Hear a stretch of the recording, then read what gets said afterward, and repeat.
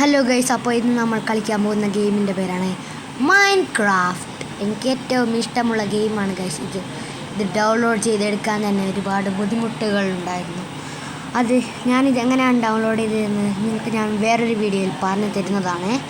അതിനു മുന്നേ നമുക്ക് ഇതൊന്ന് കളിച്ച് നോക്കാം. ഞാനിപ്പോൾ ക്രിയേറ്റീവാണ് എടുത്തിട്ടുള്ളത്. ക്രിയേറ്റീവ് സർവൈവൽ രണ്ട് മോഡ്സ് ഉണ്ട്. എനിക്ക് ക്രിയേറ്റീവും സർവൈവലും ഒരേപോലെയാണ് ഇഷ്ടം.